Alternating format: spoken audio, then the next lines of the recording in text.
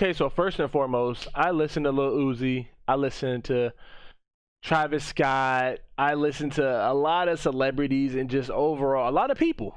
And I know I'm not supposed to be listening to those type of music, but it's good music. They create good content, and I just, oh man, it's really bad on my end, and I look like a hypocrite because I am a Christian and I do believe in God.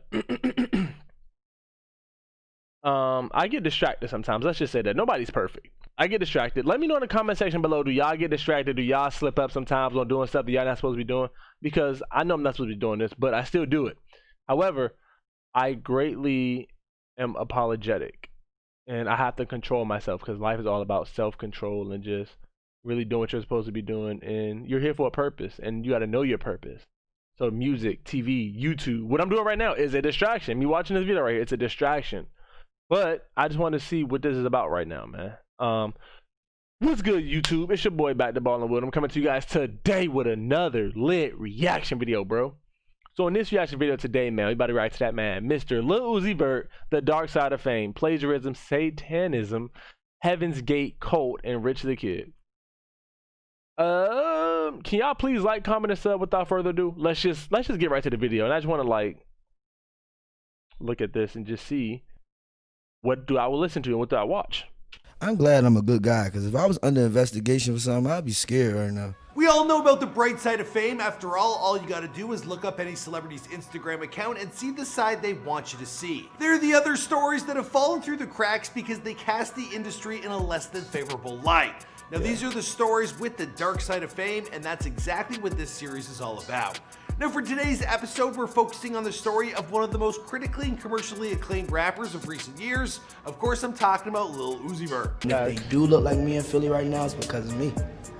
Honestly, like. And the thing is, you don't have to be like that, bro. And I think that he knows that. So like, eventually he'll change if he wants to change. But do y'all think you could change someone? Or like, do y'all think people just stuck in their ways and it's just, it gets too late to change someone? Let me know in the comment section below. Like, do y'all think like, yo, it's possible to change this person if they want to change? Or you can just automatically just change somebody just like that? Let me know.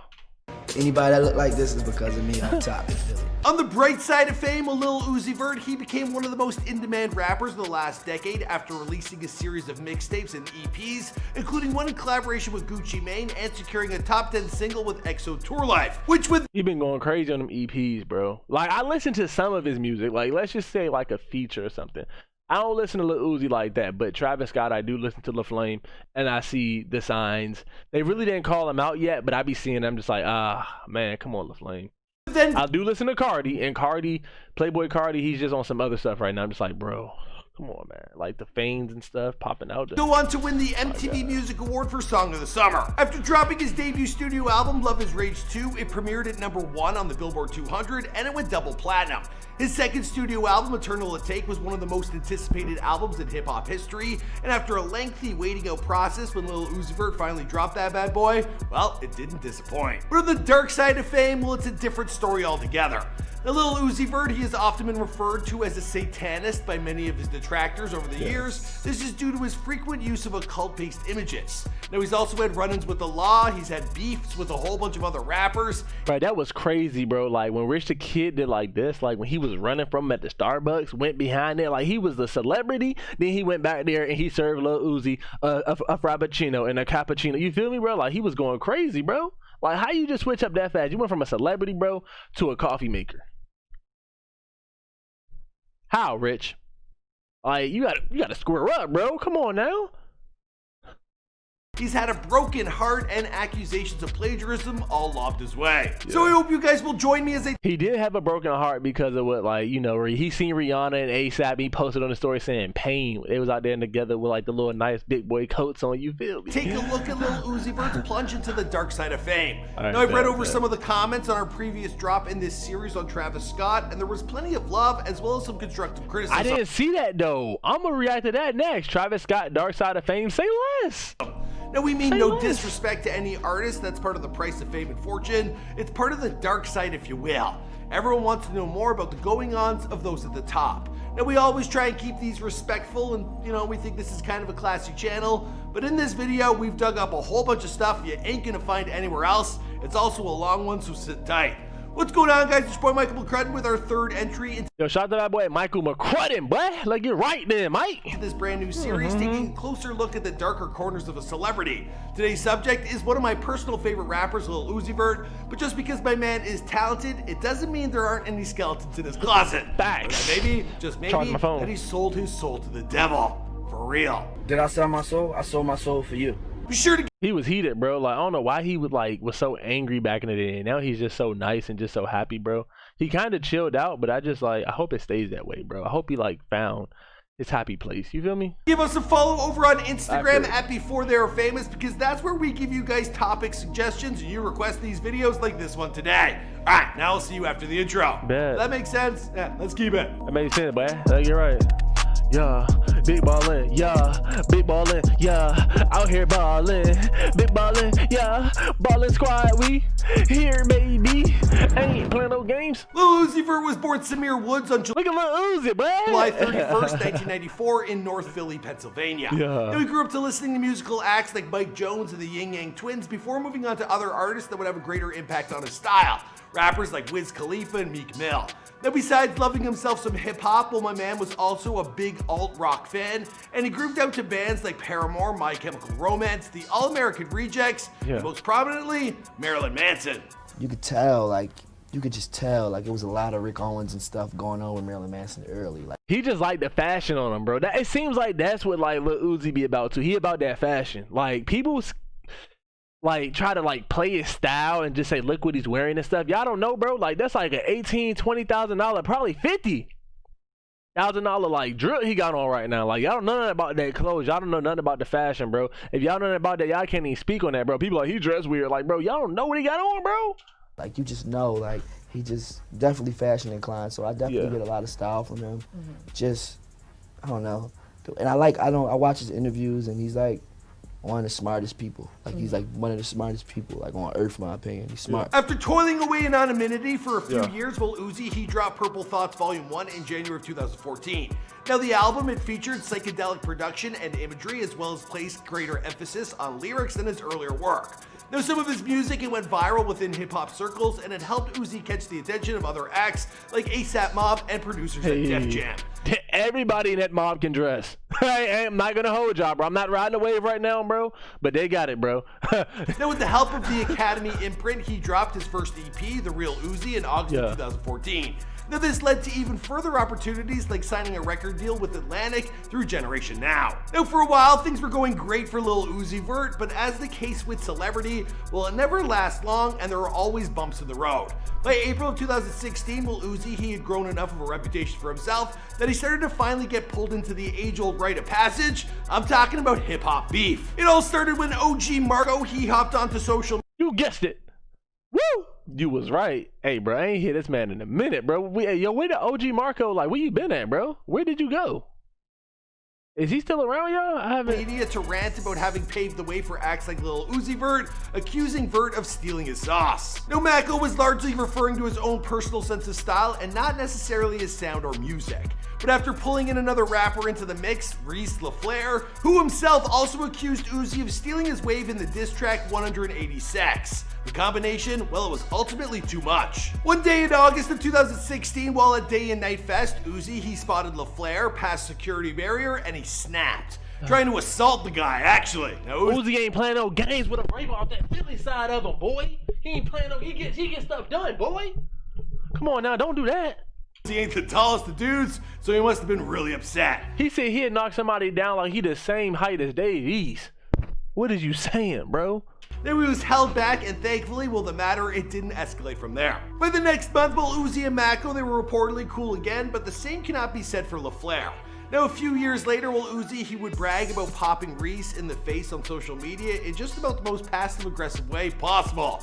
He called for peace and love to start off the new year, but he also had to bring it up. Now, 2016 wasn't the easiest period in Uzi's life. He was also arrested that year after he and a friend were out driving a dirt bike without lights or a helmet on. What? Now, when police attempted to pull them over, well, they tried to make a run for it.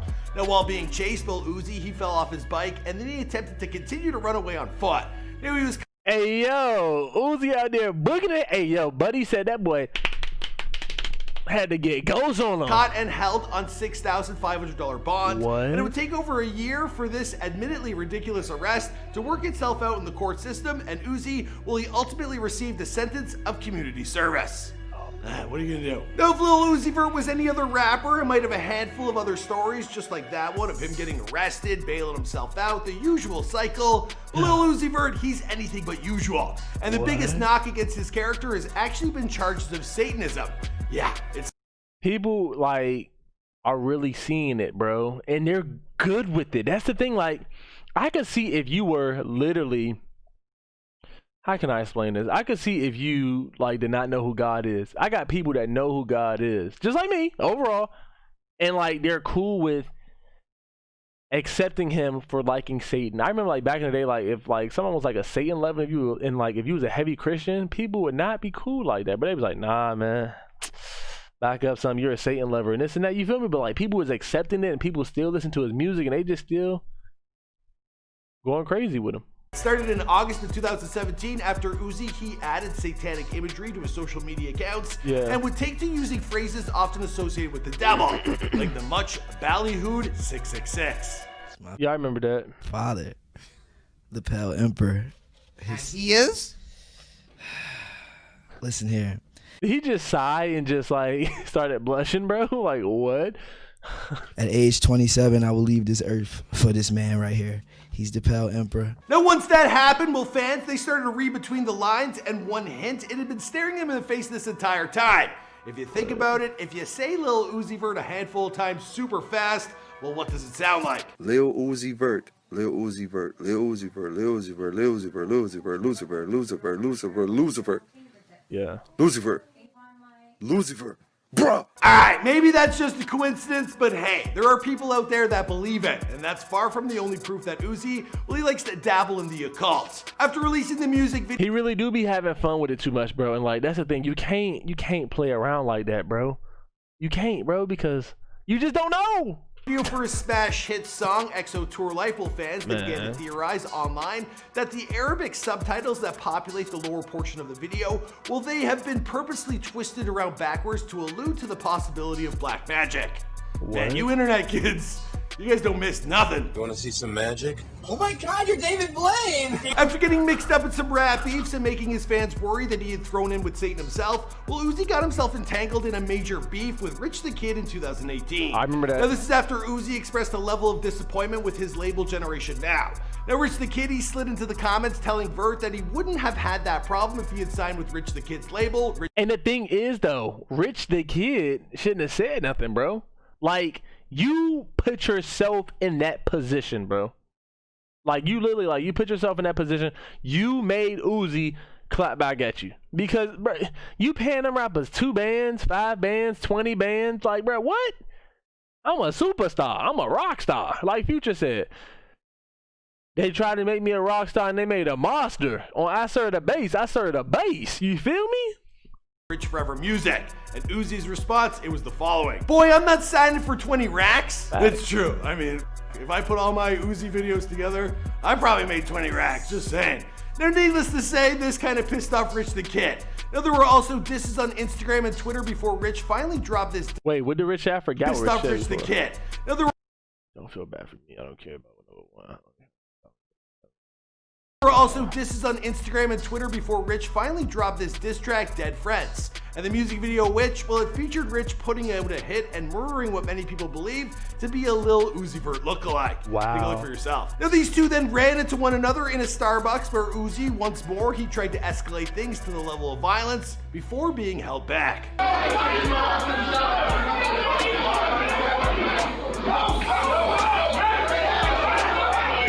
Look at Rich, bro. He just politely moved himself away from that incident. And he called himself the fourth Migos. Bro, listen, Quavo, Offset, and Takeoff would never. We ain't even gonna speak on that though. Between all they would never run. These beefs and accusations of Satanism, Lil Uzi, he had been dutifully working away on his album, Eternal Take. When he finally got around to dropping a new single, a track titled New Patek, well, it kicked off a whole firestorm of controversy when it was discovered that the artwork for the single, it featured LilUziVert riffing off the logo of Heaven's Gate. Now, if you don't remember who they are, well, Heaven's Gate is a notorious cult most well known for the mass suicide they carried out in 1997. All in an effort. That's the year I was born, bro. I send my condolences out to everybody who lost their life on the Heaven's Gate. To reach the Hale-Bopp comet, which they believe to be like a spacecraft or aliens. I was around for this. It was crazy.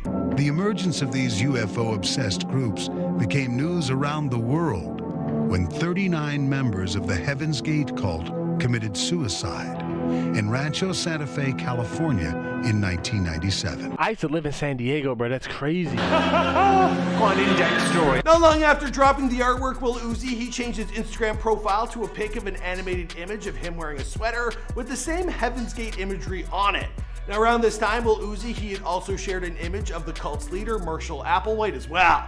So he was doing some before they were famous research on these guys, for sure. Now, in a somewhat surprising move, while the surviving members of Heaven's Gate, they took to suing LilUziVert for copyright infringement. In fact, they told Page 6. LilUziVert has to abide by common trademark and copyright laws, especially in a matter as sensitive as this. You can rage against social inequalities, but be cognizant of someone else's intellectual property. How would he feel if his songs were altered a bit by someone else and they made money off of it? Not cool. Now, personally, I think it's kind of uncool to give a damn about the monetary ramifications of an That's a fact, bro. image that's probably hurt a whole ton more people than it's ever helped. It's just an image, bro, and it did hurt a ton more people than it's ever helped. But hey, if you're a former member of Heaven's Gate, I guess you gotta find something worth living for.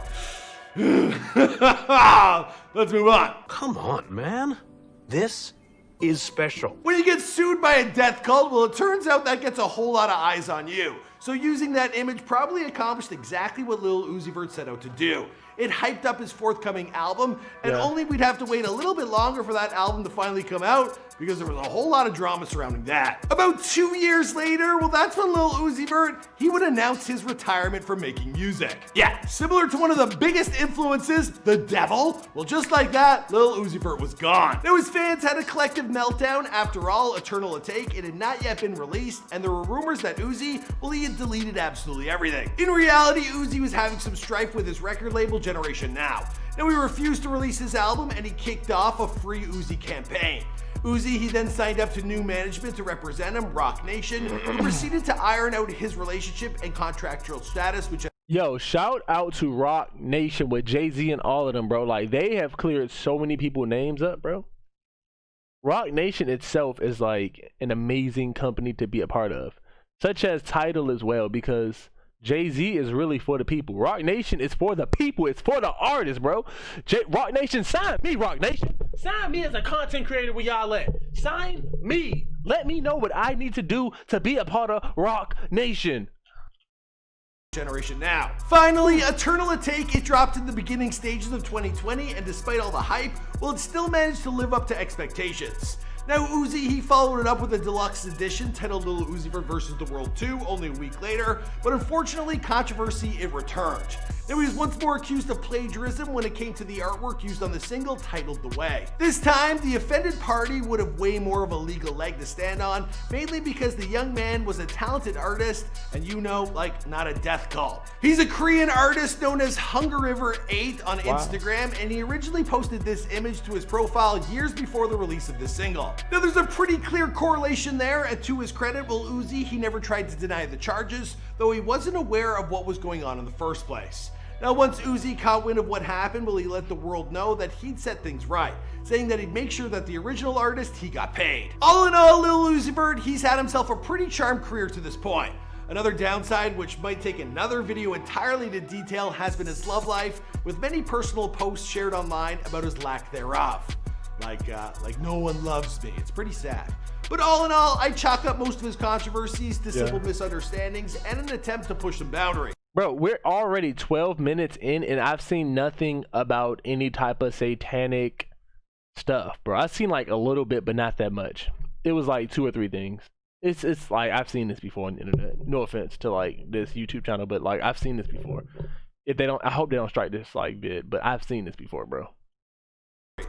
Kid's super talented, one of a kind, and well, he helped build this channel, so I'm forever grateful to him.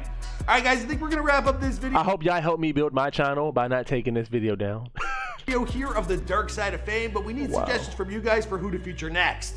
Of course, we could work through all the artists we've done in the past. Post Malone, Mia Khalifa, but there's new people popping up. Mia Khalifa? All right, so that's the end of the video. Can y'all please like, comment, and sub? Without further ado, stay juiced up. Yeah, we out, man. I can't get no rest.